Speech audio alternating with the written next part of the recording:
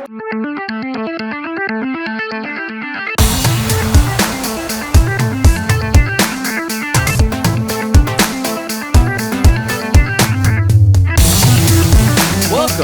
So back in Season 1, we did a video about the oversights of game developers affecting some of our childhood games.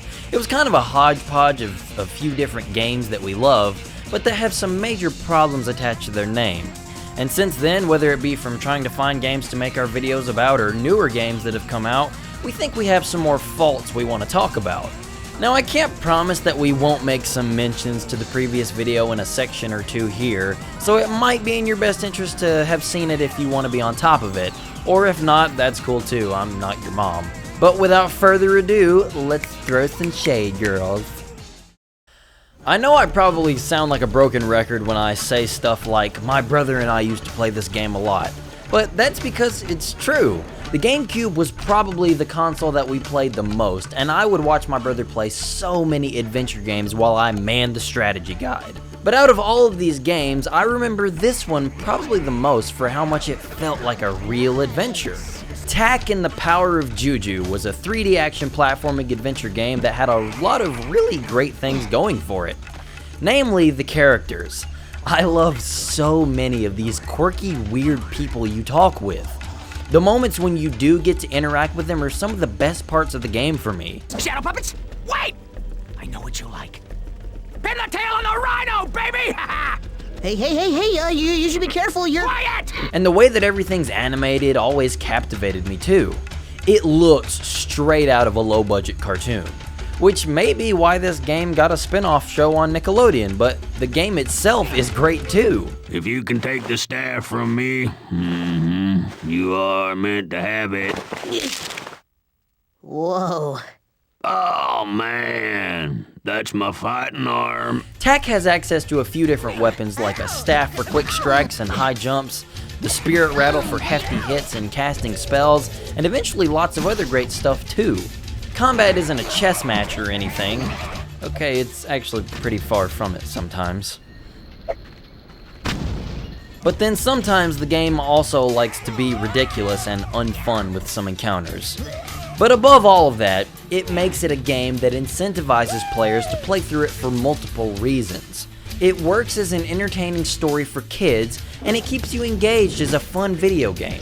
But how would you feel if the game just all of a sudden shut down about a quarter of the way through and said, yeah, we know you're having fun, but now collect 100 of these things before you can have fun again? You'd be pretty miffed, yeah? Well, I was too. After you get to a certain point in the adventure, the game tells you you have to retread the 4 or 5 locations you've already been through to look for every single one of these little orbs called Yorbles. Yeah, you have some ways to open up new areas in those locations, but it's still the most tedious thing to try and collect these stupid little things. Oh, and I haven't even told you the worst part. There's a sandboarding minigame that has Yorbles everywhere on the course, and it's almost impossible to get to some of these. There are jumps that are so demanding on your position and speed, it's unreal. Frustrating doesn't even begin to describe it.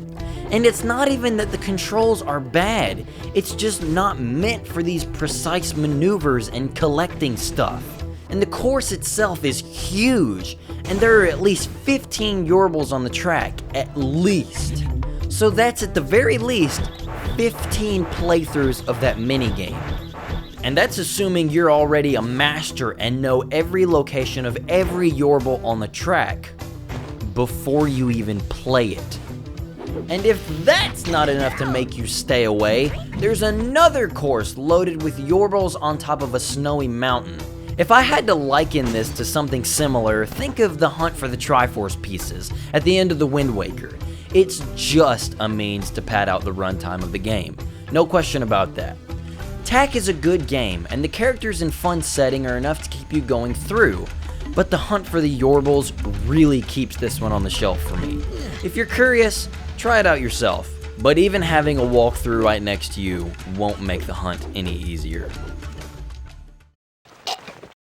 Super Mario Sunshine is my favorite 3D Mario title.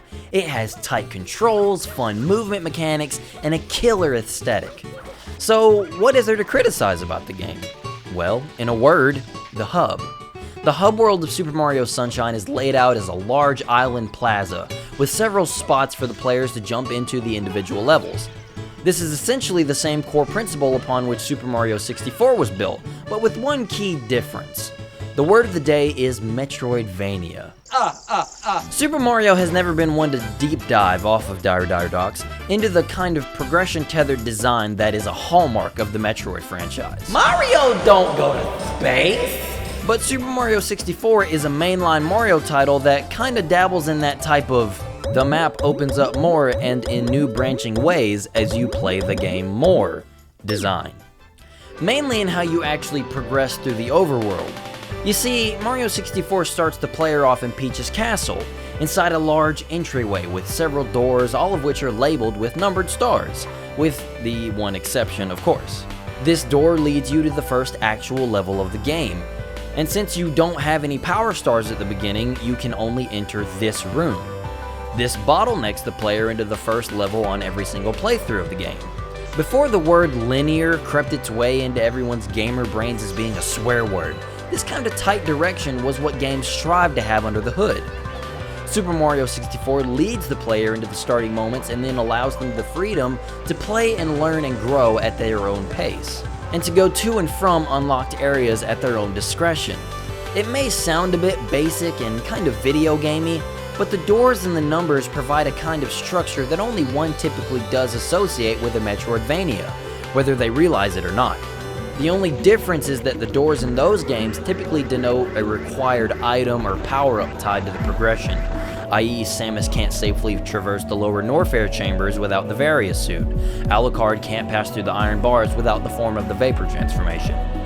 In the same way, Mario can't pass through certain doors without having completed a certain number of unique challenges, and this structure to the form of the hub means that you still need to progress and spend time in the game, but how you spend that is up to you. If you want to complete every star in the first level, then go for it. If you want to skip around to the different levels and see everything the game has to offer in small doses, then go for that. You don't even have to have every power star to reach the final boss and technically beat the game. It's up to you. The element of choice is emboldened by the game's non-linearity, ironically. It takes a few levels for the game to open up, but once it does, there are few games that compare to its level of skill and craftsmanship. So when do we start talking about Sunshine? Well, the funny thing is, most of the positives I just heaped upon 64 are also true in Sunshine. The two games are almost shockingly similar, with the aesthetic providing most of the noteworthy changes to the formula, at least during the earliest moments of the game. So what makes Sunshine a game worth putting in a video? Well, the hub world loses a lot of the skillful deliberation that 64 had in spades. Because Delfino Plaza is so large and expansive and isn't forced to fit within limits of loading times or hardware choke points, you can have a large playground for Mario to run and jump and kickflip around in. Every playthrough of Sunshine begins with the player having the entire hub to run around in. The ambition of an open hub world means that every door is available from the beginning. You still have to gather shine sprites to reveal the paintings and unlock new levels, and the map itself never opens up wider than when the game first begins. Imagine, if you will, that the Metroidvania comparison worked both ways, and that we could hypothetically create a Metroid game where the entirety of the map was revealed from the beginning, and that this entire map was just a really big, and I mean like super big, room. Inside this first room are some super missile gates, some power bomb blocks, and even some speed blocks. And also in this room, there's only one door that you can actually shoot open. Inside this one room is an item, which after you get it, you go back out and a new door is revealed, which you can also now open. This process repeats multiple times until finally a big, imposing boss door appears and you're allowed to beat the game. The beats of a Metroid game are still hit, but front-loading the available area makes the map less impressive, and the hub becomes repetitive faster as a result of not having rooms to explore or look forward to. Now understand, The format doesn't speak to the quality of the gameplay. I don't in any way want this comparison to sound like I'm bad-mouthing Sunshine's gameplay. I only want to point out that part of the magic of discovery seems lost when the newest part of every interaction in the hub is a cutscene revealing an M that wasn't there before. This style of hub world lingered into the Nintendo Wii's own Mario Galaxy, with the Comet Observatory hitting many of the same beats as Sunshine, but because Flood was no longer a gameplay element, Mario. emphasis was placed on platforming for traversal and even reintroducing the triple jump to flight movement that was lost in Sunshine. By Mario Galaxy 2, it seemed that Nintendo had learned that platformers were moving in a different direction and chose to omit a hub world altogether in favor of a more straightforward level map. And as the genre continues to evolve and change, so too does the trajectory of our favorite Italian plumber, with Mario Odyssey taking the character's trademark pluck and precision for platforming. Holy crap, Elliot, learn to fucking use a period. With Mario Odyssey taking the character's trademark pluck and precision platforming and hurling him into a more streamlined, seamless gaming experience. Ooh boy, when Kingdom Hearts 3 was released, I'd never seen such a clear and present disappointment in the series community. But I mean, I can't say this disappointment was misplaced. A follow-up game that was released just a little over 14 years after the last numbered sequel, following a massive development cycle that straddled 2 console generations, not to mention 2 engine iterations. How could any longtime fan not be foaming at the mouth to find out if it was worth the wait? I'm no diehard Kingdom Hearts fan, therefore I really can't say I was in that camp. Especially not for the story of the game. What if she's feeling as scared and alone as I felt the first time I came here? Be serious, you dumb girl. I could follow along well enough even when it felt like it couldn't keep up with itself. But the story has never been why I play Kingdom Hearts. The reason I enjoy this series so much is because of the stellar combat. Well, stellar in 2's case. Maybe 2 is the outlier and I actually don't like these games. Food for thought. Anywho, we already mentioned the issues with 1's combat in the previous video, so I really don't want to repeat myself too much here, but when it comes to 3, there are several things that I really like about the combat, and several things that are really dumb about the combat. We'll talk about some notable mechanics and air out the positives and negatives for them, and then maybe try to give some suggestions on how to make them better at the end. Savvy? Starting at ground level, I really liked the way Keyblades were handled in this game. In the other titles, getting a new Keyblade felt like it arbitrarily changed a number.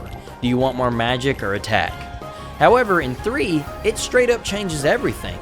It changed your stats, but it also changes your shot locks, and what weapon your Keyblade can eventually transform into.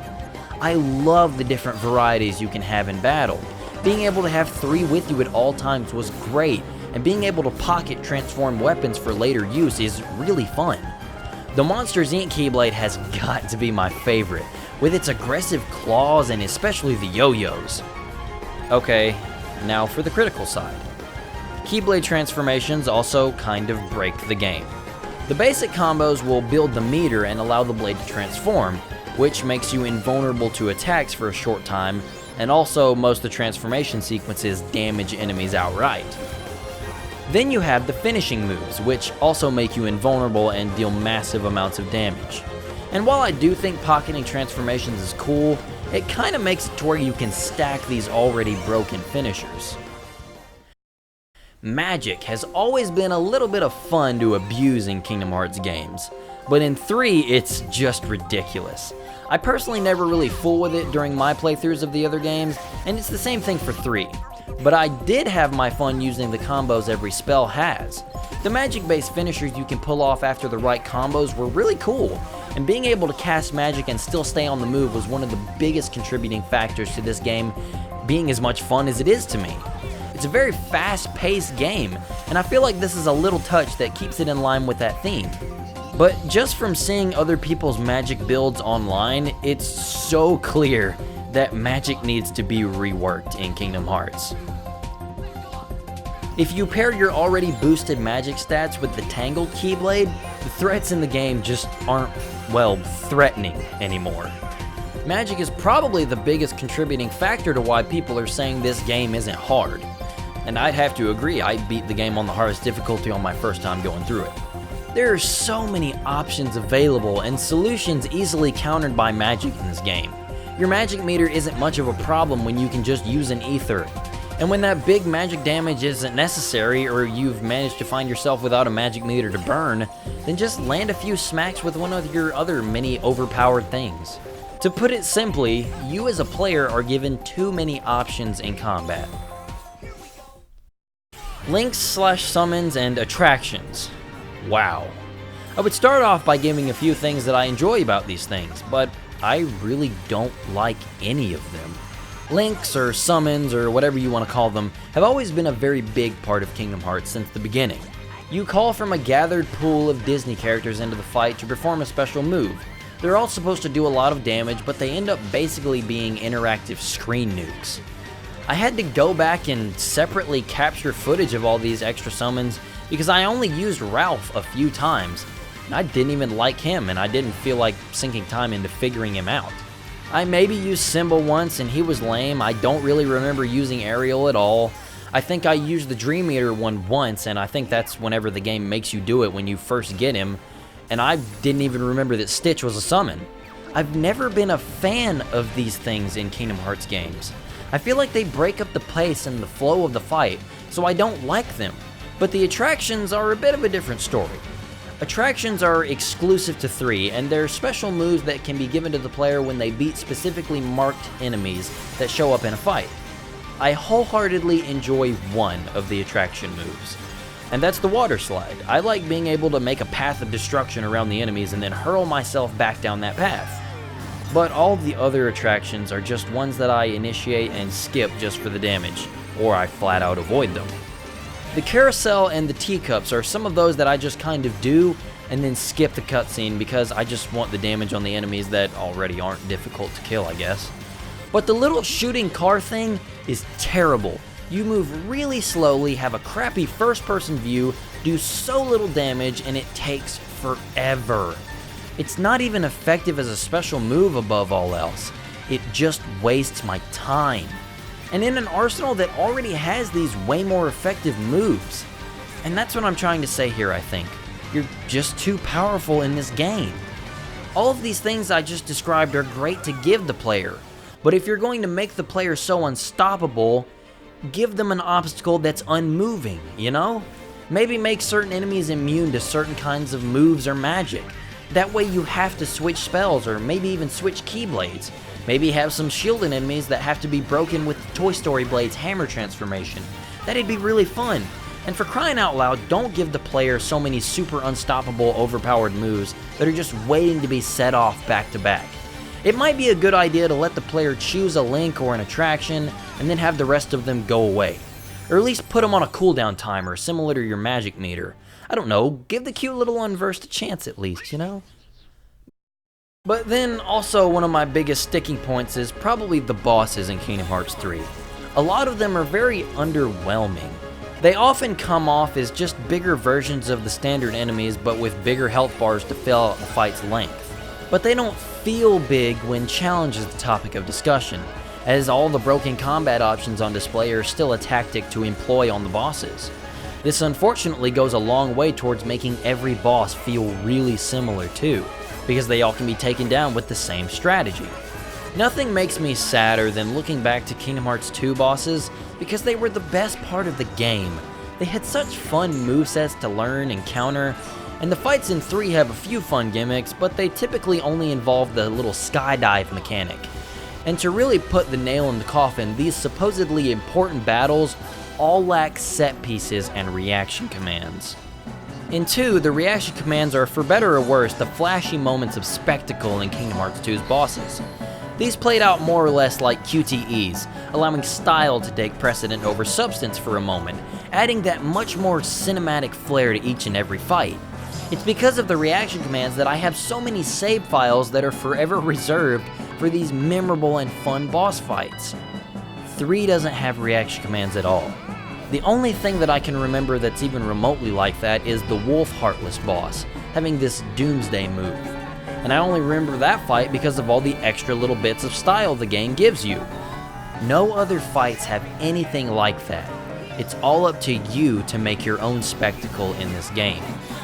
There's no denying that the game's gorgeous and competent to boot, but when Square Enix traded in style and personality for efficiency and formality, I believe they lost far more than what they gained. And with a developer like Square and a franchise like Kingdom Hearts, how else could you describe a trade-off like that other than, well, disappointing? That's our take on these 3 little hiccups in games. Did you play or enjoy any TAC games growing up? Do you like Mario Sunshine's hub? Did that segment raise any points that you hadn't considered? Are you a robot? How do you feel about Kingdom Hearts 3's gameplay? And do you like this format of video, the developer Oversights? Because this is Volume 2, and who knows, maybe we'll do a 3rd one. Be sure to let us know in the comments down below. But anyway, I appreciate you for watching, so thanks for stopping by and have a great day.